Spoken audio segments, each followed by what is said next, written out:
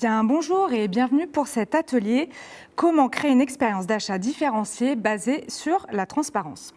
Donc on le sait aujourd'hui, la transparence et la proximité des marques avec leurs consommateurs, c'est des composantes incontournables pour créer une relation de confiance. Et les consommateurs se renseignent aussi énormément sur les réseaux sociaux notamment. Je suis ravie aujourd'hui d'accueillir Benoît Plisson, cofondateur d'Ari & Co, et Thomas Huriez, fondateur de 1083. Donc je vous remercie vraiment d'être avec nous, parmi nous. Alors, je me tourne tout d'abord vers Benoît. Est-ce que tu peux présenter en 2 mots, s'il te plaît, Ari & Co, et nous dire ensuite, chez vous, quelles actions vous mettez en place pour traduire vos engagements au niveau notamment des appros et de l'Origine France. Merci Caroline, bonjour à tous. Donc Ari & Co, on se qualifie comme entreprise à mission dans le domaine de la food. On est en activité depuis 2016 à Lyon. Et notre mission, c'est vraiment d'aider les gens à mieux manger. Et pour nous, mieux manger, c'est à la fois manger plus durable et plus sain. Pour nous, c'est grâce au végétal. On pense que c'est important aujourd'hui d'avoir une alimentation un peu plus végétale. Et la solution qu'on propose, c'est à travers les légumineuses, vous savez, toutes ces plantes, ces graines, comme les lentilles, les pois chiches, les haricots, qui ont énormément de bienfaits, à la fois nutritionnels, mais aussi agricoles, environnementaux. Donc nous, notre job, c'est de les cuisiner pour les amener vraiment au cœur de l'assiette. Et donc nos produits sont des galettes, des boulettes, etc., ce type de produits. Et on va essayer de ne pas imiter la viande dans ce qu'on fait, mais plutôt de cuisiner ces produits, de les mettre en valeur, de les valoriser vraiment telles qu'elles sont. L'ensemble de notre manière de travailler et de nos actions sont drivées par des engagements assez forts qu'aujourd'hui on a inscrits dans nos statuts. Le premier, c'est vraiment être un acteur pour relocaliser en France une agriculture durable et respectueuse des agriculteurs.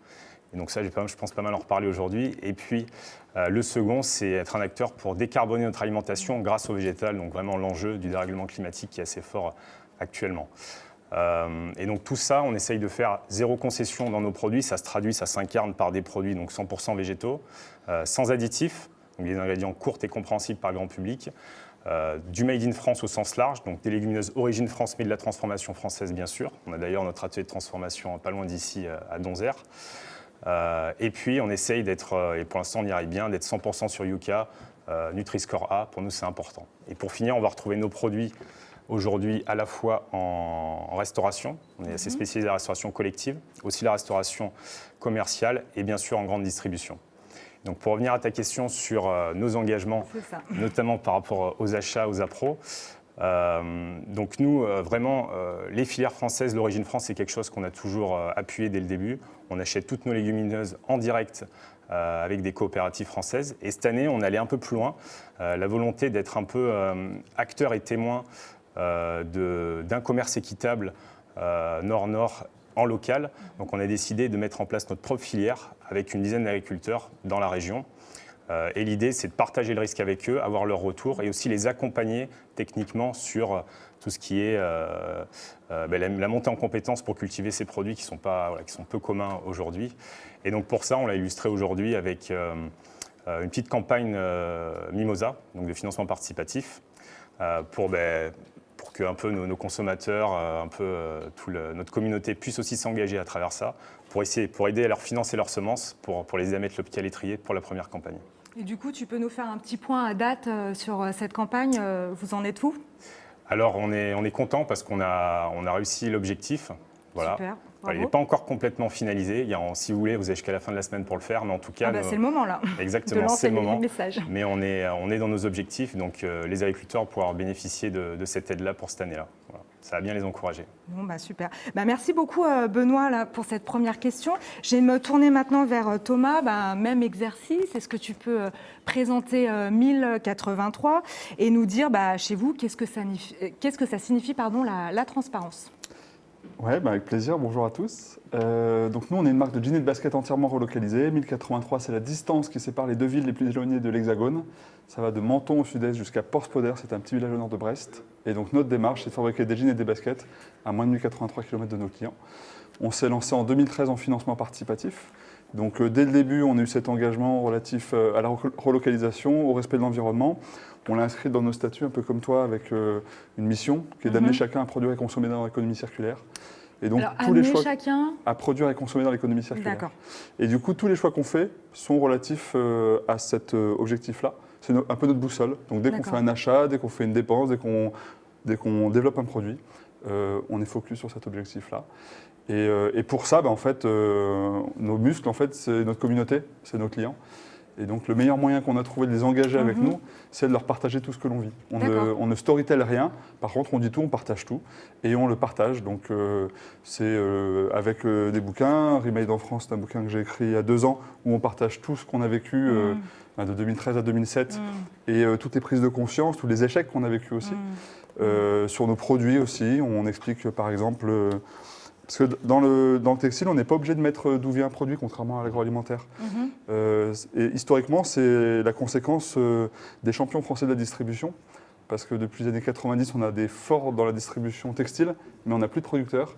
Et du coup, comme il n'était pas dans l'intérêt des distributeurs de montrer que c'était fabriqué loin, la France, au niveau de l'Europe, a œuvré pour que l'affichage d'origine des produits ne soit pas indiqué.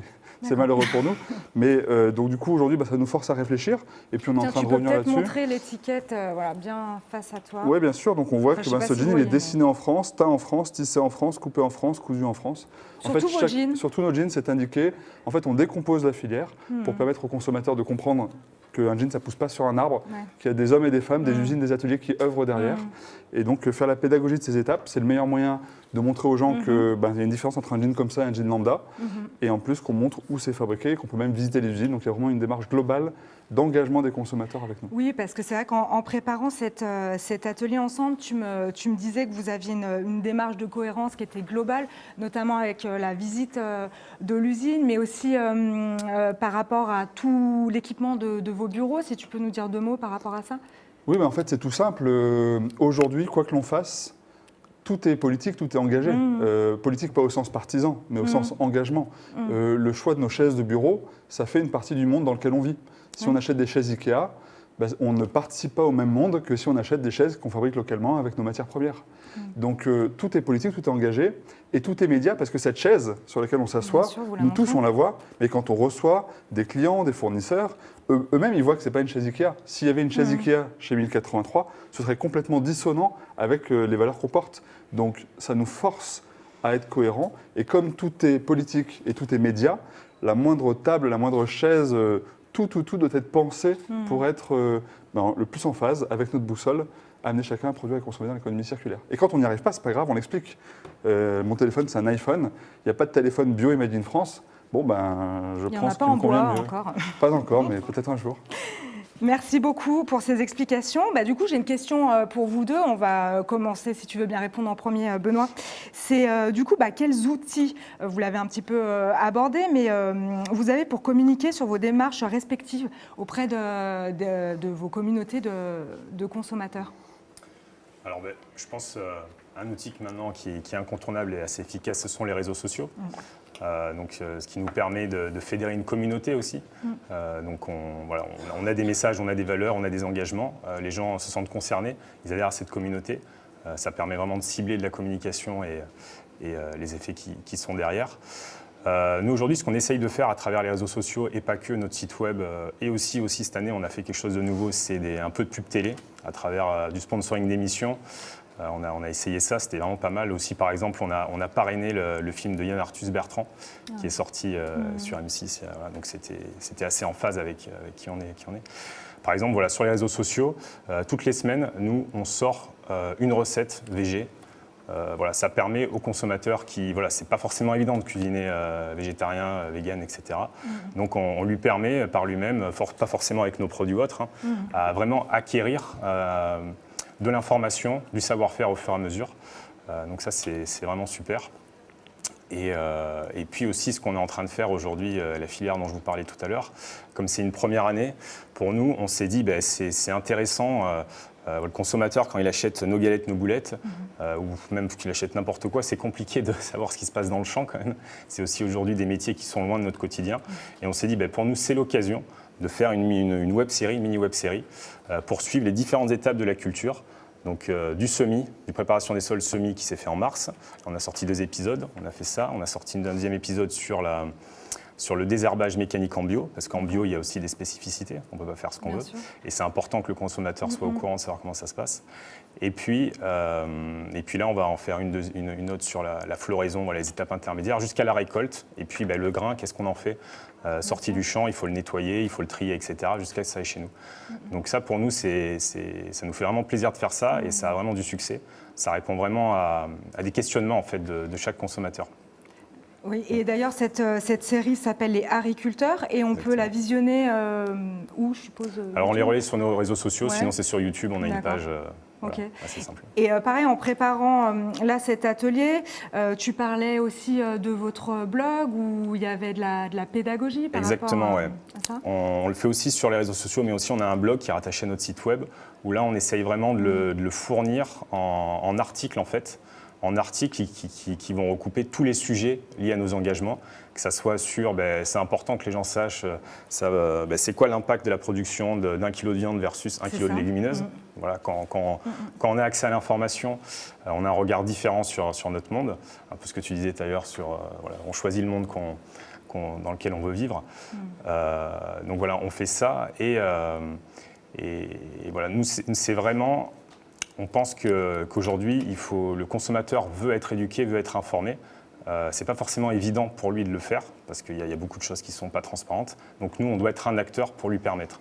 Et donc via aussi ce blog-là, notre site internet, on se veut être aussi une base de données de beaucoup d'informations qui permet d'aller vers une alimentation de plus en plus durable. Et par rapport au blog, tu le disais, aux réseaux sociaux, aux vues sur vos vidéos, est-ce que le fait de vraiment communiquer auprès des consommateurs de manière très transparente, est-ce que tu remarques que du coup cette communauté se grossit et s'agrandit? Est-ce que tu as pu remarquer ça avec le recul? Oui, alors c'est compliqué à dire, mais moi je pense qu'aujourd'hui on touche des sujets qui sont, j'ai envie de dire, un peu d'intérêt général. C'est-à-dire qu'aujourd'hui tout le monde s'intéresse à comment on mange mieux, comment on développe une société plus durable, donc ça fait écho. Nous aussi on est une jeune boîte, donc on a une forte croissance, on se développe, donc naturellement on acquiert aussi de plus en plus de consommateurs et de personnes qui sont en phase avec ce qu'on fait. Donc c'est vrai que toutes ces actions participent à fédérer de plus en plus de monde et à éveiller de plus en plus de monde sur ces sujets. Ouais.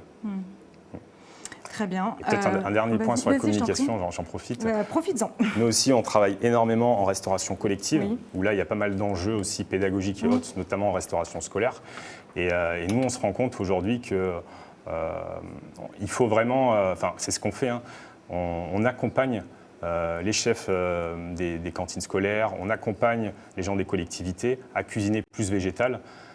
Et aussi, on offre un peu des outils et des éléments de langage, des éléments de communication pour que les chefs puissent transmettre ça aussi aux élèves et aux convives, quoi. Et ça, c'est vachement important. C'est quelque chose qu'on fait beaucoup et qui ne se voit pas, malheureusement, parce qu'on ne peut pas communiquer dessus, on ne peut pas forcément aussi communiquer notre marque à travers ça. Mais c'est quelque chose d'hyper important. Et du coup, ça accueille comment, toute cette pédagogie auprès des chefs ? Plutôt bien. Nous, les valeurs qu'on met en avant sur des légumineuses françaises, quand on parle de lentilles vertes françaises, tout de suite, il y a de la culinarité. Donc, un chef qui n'est pas forcément végétarien ou autre va se sentir concerné parce qu'il y a des choses à faire, des choses à cuisiner. Il peut y avoir aussi des notions de terroir à travers tout ça. Donc, c'est hyper bien accueilli. Et aussi, on a la chance aujourd'hui, en France, d'avoir pas mal de lois comme la loi Egalim, là aussi la loi Climat, qui mettent vachement en avant, en restauration collective, tout ce qui est bio, origine France, et végétarien. Voilà. Très bien. Est-ce que tu as peut-être autre chose à rajouter ou même question pour... Non, c'est bon là pour l'instant. Pour Merci. Thomas, du coup, la même question. On l'a aussi abordé, les outils que tu utilises pour communiquer auprès des consos. Est-ce que tu peux peut-être un peu développer par rapport à ton livre sur le Made in France En fait, à partir du moment où on partage ce que l'on vit, tout est outil. Tu me demandais quel outil. Tu nous demandes quel outil de communication. En fait, tout est outil. Je parlais de notre chaise. C'est pas un outil de communication, mais en fait, si. C'est un média. Ça parle pour la marque. Ça dit qui nous sommes.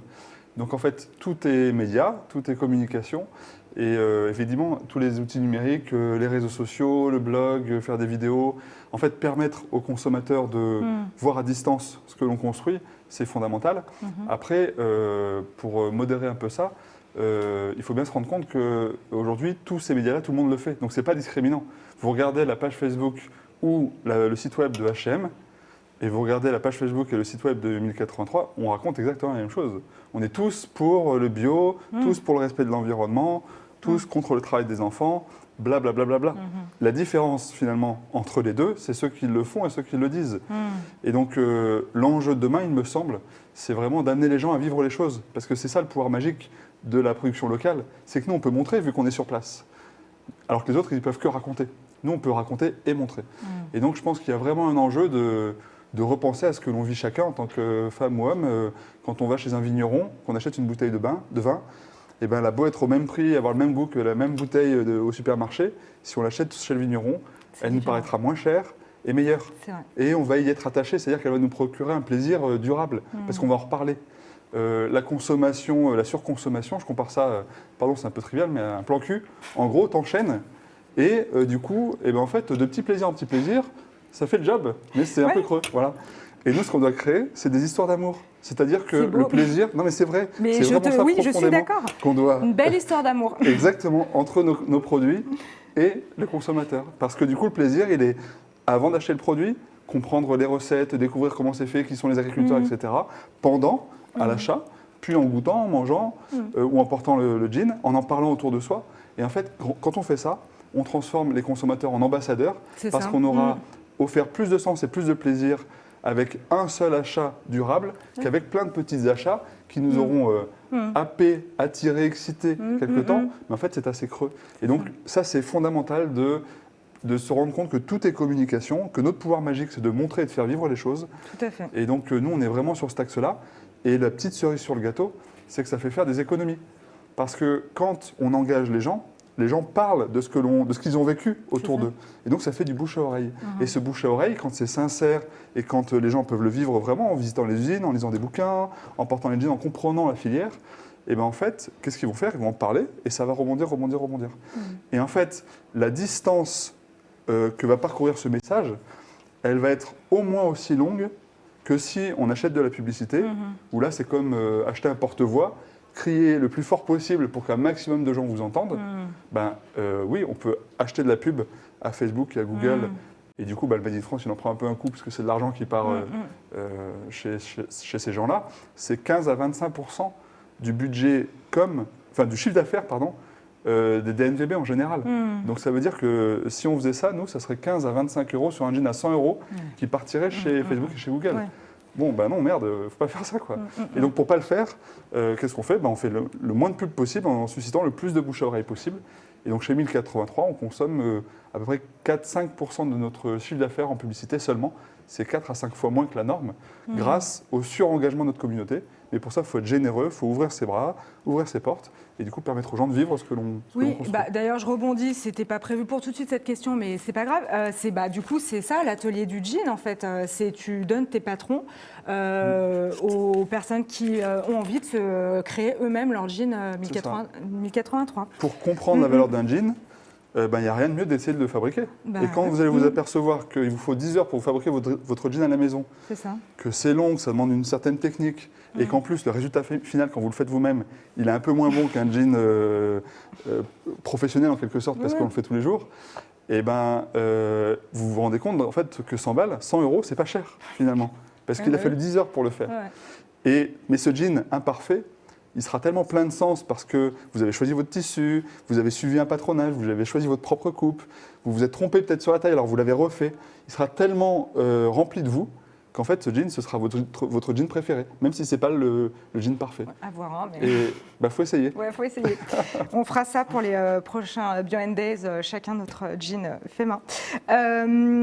Merci Thomas. Benoît, j'ai une question pour toi. Dans ta catégorie de produits, on parle de produits ultra transformés. Et du coup, dans ce contexte, comment tu arrives à apporter de la transparence ? Alors, tu as raison, Caroline, c'est un vrai sujet de notre catégorie de produits. D'ailleurs, il y a une étude qui a paru, je crois, en automne dernier, d'une association de conso qui s'appelle CLCV, qui était hyper intéressante, qui mettait en avant sur la catégorie de produits qu'il y a beaucoup d'ingrédients ultra transformés, donc d'additifs, etc., et aussi un grand flou sur les origines des matières premières. Et c'est assez paradoxal, parce qu'aujourd'hui, je pense que quand on décide de manger moins de viande, c'est pour mieux manger. Je ne suis pas sûr que des produits ultra transformés avec des origines non maîtrisées, ce soit mieux mangé. Je ne pense pas que ça va dans le sens des envies de naturalité et d'authenticité du consommateur aujourd'hui. Par contre, c'est justifié par le fait que beaucoup d'acteurs, leur réponse à manger moins de viande, c'est de limiter en fait. Donc d'imiter la viande. Donc quand on veut imiter, il faut des texturants, il faut des additifs, etc. Il faut trouver des solutions pour avoir le goût et la texture de la viande. J'en parle de manière assez à l'aise parce que nous, on ressort comme le bon élève de cette étude. Tant mieux. Parce que pour nous, l'enjeu, c'est de manger moins de viande, on va diminuer notre consommation de viande, et pas de manger de la fausse viande, en fait. Voilà, manger de la vraie nourriture. Je pense que c'est important de le dire. Et donc, nous, ce qu'on va faire, moi, j'aime bien dire que manger, par exemple, se tester à la cuisine végétarienne, c'est vraiment s'ouvrir un peu l'esprit, découvrir de nouvelles saveurs.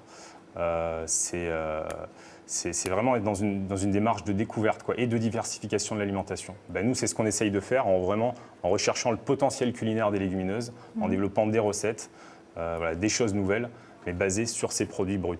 Et comme nous, on utilise des produits bruts, c'est bien parce qu'en plus, on peut maîtriser l'amont agricole. Parce que ce qu'on va acheter, c'est ce qui sort du champ. Voilà, ce n'est pas des ingrédients d'une filière très longue. Voilà. Très bien, merci pour ce retour. Alors, j'ai vu qu'on avait une question sur le chat. Si vous voulez y répondre tour à tour, quelles sont les ressources temps et financières mises en œuvre pour cette communication digitale, temps humain, budget? Alors, Thomas, si tu veux commencer. Oui, bien sûr. Alors, pour la partie pub, c'est 5% de notre chiffre d'affaires. Tu l'avais dit, ouais. Pour la partie humain, alors on est en train de se réorganiser. On a séparé, nous, par exemple, le post community manager en deux. Parce qu'on s'est aperçu que produire du contenu, ce n'était pas la même chose que répondre aux clients sur tel ou tel sujet. Donc, en fait, on a affecté la fonction réponse aux clients, à la communauté, au service client, qui fait ça tous les jours, par téléphone, par mail, mais en plus maintenant sur les réseaux sociaux. Donc, c'est toute l'équipe du service client qui répond aux commentaires Facebook, Instagram, etc. C'est une équipe de combien de personnes? Alors, au service client, on est 3 personnes. D'accord. Et après, on a le département e-commerce et le pôle marque qui gère la production de contenu. Et donc là, on est en tout 5. Mais dans ces 5 personnes, il y en a 2 qui gèrent les fiches articles et l'administration du site web, pas au niveau technique, mais au niveau contenu. Il y a une personne qui gère la direction artistique en toute largeur, donc ça veut dire aussi le stylisme, etc. Ensuite, il y a une personne qui gère tout ce qui est partenariat, donc un peu de la com externe, on va dire. Et puis une personne qui fait la production de contenu, ce qu'on pourrait appeler community manager, mais sans la gestion de la communauté. Et donc, en vrai, affecté à cette question-là, je dirais qu'il y a 3 équivalents temps plein aujourd'hui, mais ce n'est pas assez parce que 1083, on n'est pas les champions de la com. On nous dit « Oh, vous communiquez trop bien », mais en fait, non, on est vraiment très mauvais en communication. En fait, moi, ce qui m'émerveille, c'est des marques de fast fashion, à quel point elles arrivent à vendre leur sauce avec leurs images, leurs films, etc. Et nous, on ne sait pas encore faire ça. Et donc, on se dit que si en plus du fond, on était capable de faire rêver dans la forme, on sera encore meilleur. Donc, ça va venir. Voilà, on travaille. Et donc, je pense que l'équilibre qu'on a aujourd'hui en termes de ressources humaines, il est sous-dimensionné par rapport à ce qu'on devrait faire. Donc, je ne serais pas étonné que dans 1 an ou 2, on ne soit pas équivalent 3, mais équivalent 5 ou 6. Ok, merci. Du coup, Benoît, chez vous? Alors, ça, ce que tu soulèves, que dans le fond, on fait des choses. Par contre, le mettre en lumière, c'est autre chose.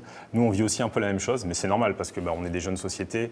On fonce dans ce qu'on a à faire. Et puis, la communication, ça vient souvent un petit peu après. Moi, j'aurais du mal à répondre précisément à cette question sur la partie budget, tout simplement parce que c'est pas moi qui gère ça, chez moi c'est plutôt mon associé, mais aussi parce que les années ne se ressemblent pas. Et par exemple, là, la web-série Agriculteur, c'est un projet de com. Par contre, ça représente un certain budget parce qu'il faut, il faut des professionnels pour tourner ça, il faut se déplacer, etc. etc. Donc les années ne se ressemblent pas, donc j'aurais du mal même à donner un ordre de grandeur là-dessus. Ensuite, nous, on a une personne qui s'occupe de la communication chez nous sur l'animation et création de contenu, mais aussi la création de contenu, moi je la nuance. Alors on n'est pas, je pense, aussi bien structuré que vous, mais dans le sens où on a notre CMO, et puis avec Manu et moi, les 2 dirigeants, on est assez impliqués aussi dans les réflexions amont de tout ça. Voilà. Si je peux rajouter un truc, dans tout ce qui est outils de com aussi, il y a tous les investissements agricoles pour toi ou industriels pour nous qui rapportent aussi beaucoup d'images. Nous, on a galéré à former du personnel, on a créé l'école du jean. L'école du jean, ce n'est pas un outil de communication, c'est une école. Ben, en fait, l'école du jean, elle a suscité énormément d'enthousiasme. Donc tu peux nous dire exactement ce que c'est l'école du jean? L'école du jean, c'est une école qu'on a montée à Romans où on forme des couturières dans le jean, parce qu'il n'y a plus d'école pour fabriquer le jean. D'accord. Okay. On a repris il y a 2 ans et demi une boîte qui s'appelait Valrue Industrie, qui était un filateur-tisseur, qui était une grosse industrie, 15 000 m² avec 42 métiers à tisser, 6 métiers à filer, enfin c'est énorme. Il y avait plus de 120 emplois, ça avait beaucoup chuté et nous on a récupéré la boîte avec 30 emplois pour pas qu'elle ferme. C'était notre principal fournisseur, mais on était un tout petit client. C'est une boîte qui était plus grosse que nous. Aujourd'hui, 1083 est un peu au-dessus parce qu'on grandit beaucoup. Mais quand on l'a repris, on s'est vraiment sacrifié parce que c'était assez risqué de reprendre une boîte beaucoup plus grande que nous. Et on a perdu de l'argent les 2 premières années. Même cette année, on va en perdre à cause du Covid, mais ce n'est pas grave en fait. En réalité, beaucoup de nos investissements industriels témoignent tellement de notre engagement que ça génère un surengagement des consommateurs qui vaut de l'argent en quelque sorte. Et donc plutôt que d'investir 100 000 € chez Facebook, on préfère faire perdre 100 000 € chez les Tissages de France chaque année pour démarrer, parce qu'on sait qu'en fait, c'est et un investissement industriel et il y a des retombées de communication. Okay.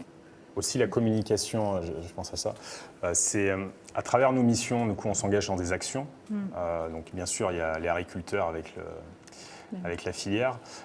Aussi, nous, l'année dernière, on était partenaire d'un mouvement qui s'appelle Lundi Vert. Voilà, où on a fait de la com aussi diverse à travers ça, qui propose aux gens de jouer le jeu, de ne pas manger de viande tous les lundis. Et puis derrière, quand on s'inscrit, on a des mails, on peut suivre les choses. Et il y a une étude sociologique qui est faite en parallèle, donc c'est hyper intéressant pour nous. Et ça, clairement, c'est un moyen de communication aussi très fort. Mais ce n'est pas que ça, en fait. C'est beaucoup de choses. Comme tu dis, tout est aussi objet de communication. Je vais me tourner vers le chat. Ah, il y a une nouvelle question. Du coup, comment gérer les crises quand on joue la carte de la transparence? Alors Thomas, si tu veux répondre. Alors si on joue la carte de la transparence et qu'on cache les crises, c'est qu'on n'est pas transparent. Donc en fait, pour moi, ça va de pair. Et en fait, on n'a rien à perdre. Une boîte, c'est une équipe d'hommes et de femmes qui sont donc des êtres humains et qui ont donc des jours avec, des jours sans, des galères, des difficultés, des succès, comme tout le monde, c'est la vraie vie. Et donc si on fait du storytelling, oui, on ne raconte pas ces crises parce qu'en fait, on les planque, on raconte une histoire. C'est pas ça qui génère de la sincérité. Ce qui génère de la sincérité, c'est de partager ses difficultés, partager ses crises. Il y en a un certain nombre dans le livre, par exemple, où on dit quelles sont nos galères. On en a vécu des très grosses récemment. On avait un énorme projet à Romans qui consistait à racheter l'usine Jourdan, à la rénover, 10 millions d'euros d'investissement. Bon, on s'est fait dégager par la ville et par l'agglo. Bon, c'est un énorme échec. On investit 600 000 € qui sont à la poubelle, c'est terrible. Mais voilà, c'est notre chemin, on apprend des choses grâce à ça. Et il ne revient qu'à nous, finalement, de faire de ça notre boulet aux pattes ou alors d'en faire une force. Et l'assumer, l'expliquer, y réfléchir. Mais en fait, c'est une manière d'apprendre plus de ces échecs que d'essayer de les cacher, de les planquer. Donc nous, on est vraiment... voilà, on a le droit de faire des erreurs. Il n'y a que ceux qui font rien qui ne font pas d'erreurs. Il y a que ceux qui ne tentent rien qui ne vivent pas de crise.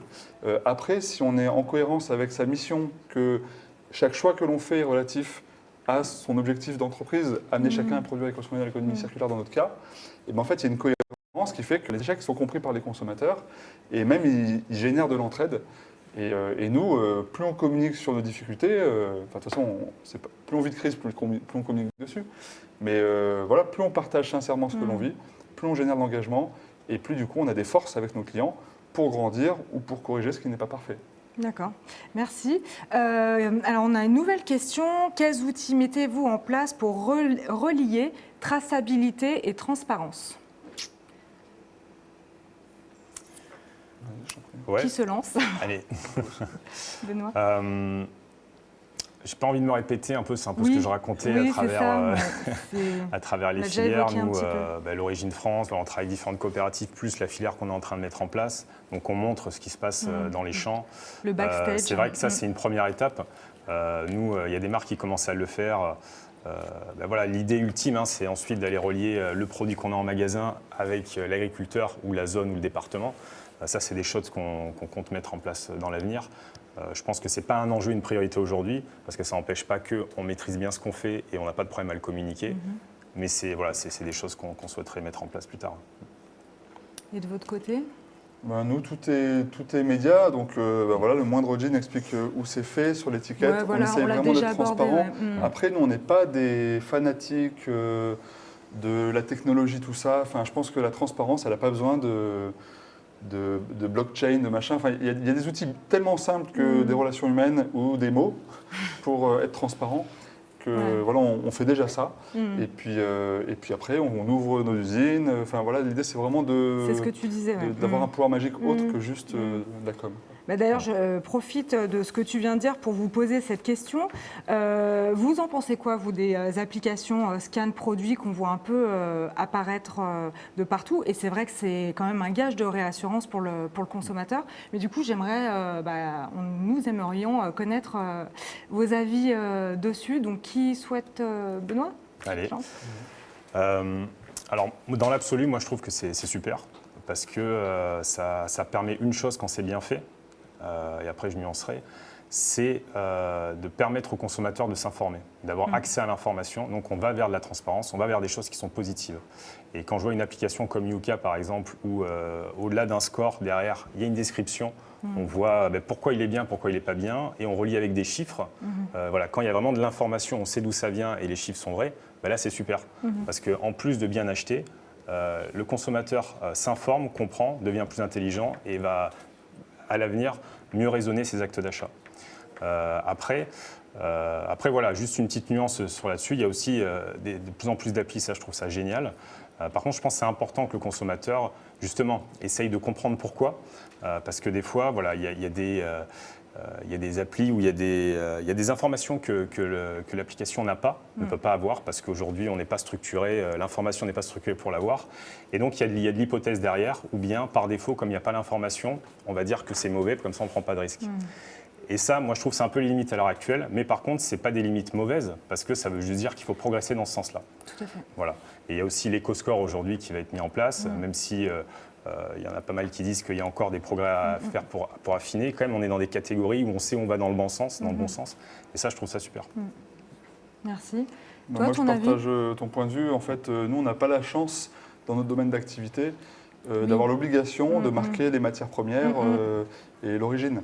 Quand vous achetez une conserve de haricots, c'est un mauvais exemple peut-être, mais vous avez dessus ce qui est l'origine et les composants de ces haricots. On n'a pas tout le temps l'origine, c'est pas forcément obligatoire. Oui, ça dépend. Ouais. Pour les fruits et légumes peut-être uniquement, mais pas pour les... C'est sur ce qui est sur la nomenclature produit. Donc si les ingrédients ne sont pas dans la nomenclature, mais dans la liste... Alors nous, c'est nuancé, mais en tout cas, je pense que c'est plus vrai que dans ton industrie. Nous, ça dépend des pays. Il y a des pays où c'est obligatoire de montrer d'où ça vient et d'autres non. Et du coup, c'est très opaque. Donc finalement, les applications qui existent, et c'est très bien parce que ça fait office de tiers de confiance, et plus il y aura de chevaliers blancs de la transparence qui veulent faire le lien entre le consommateur et les marques, plus ça va obliger les marques à être transparentes. Donc c'est top pour nous.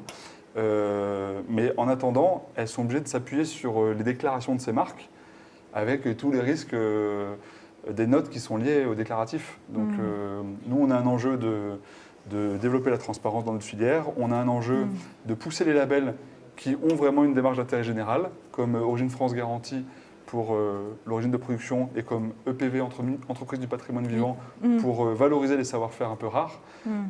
Ces deux outils-là doivent nous permettre petit à petit de rassembler un peu tous ceux qui jouent vraiment le jeu d'un Made in France au maximum et d'une éco-conception aussi au maximum. Ok. Du coup, je vois qu'il nous reste un petit peu de temps. Il y a pas mal d'entreprises qui nous écoutent. Et si vous aviez des conseils à leur donner, tout simple en fait, pour que ça les inspire pour communiquer sur la transparence, qu'est-ce que vous pourriez leur dire? Alors moi, je dis souvent deux choses.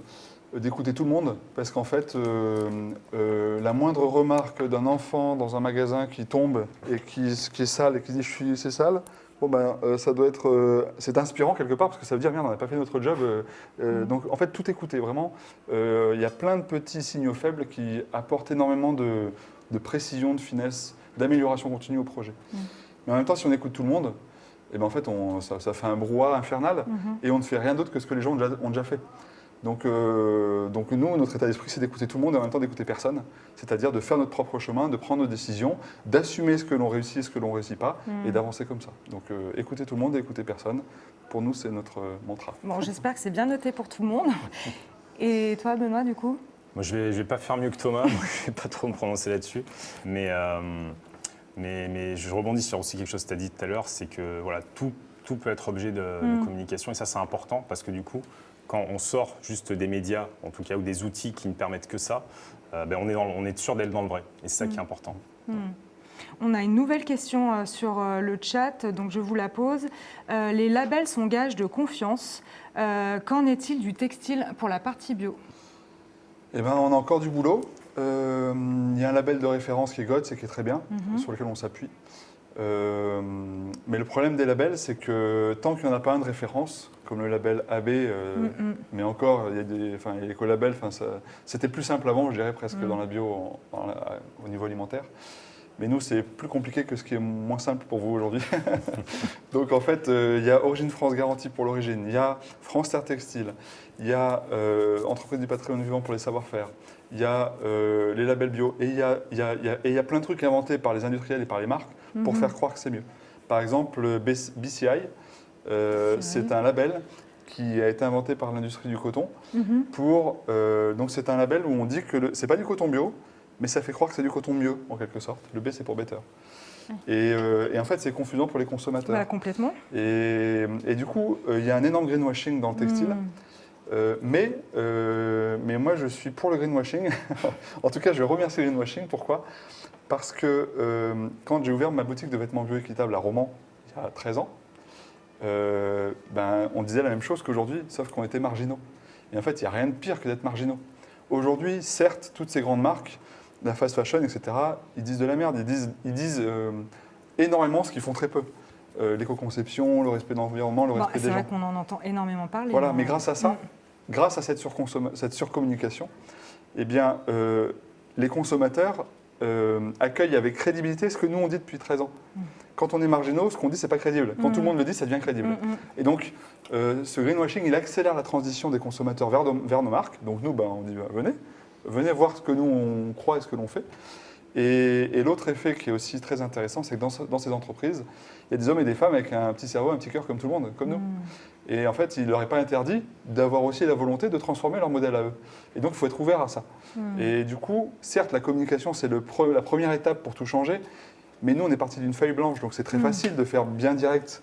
Eux, ils ont 30 ans, 40 ans, 50 ans, 20 ans d'habitude, de filières, de réflexes, de fournisseurs.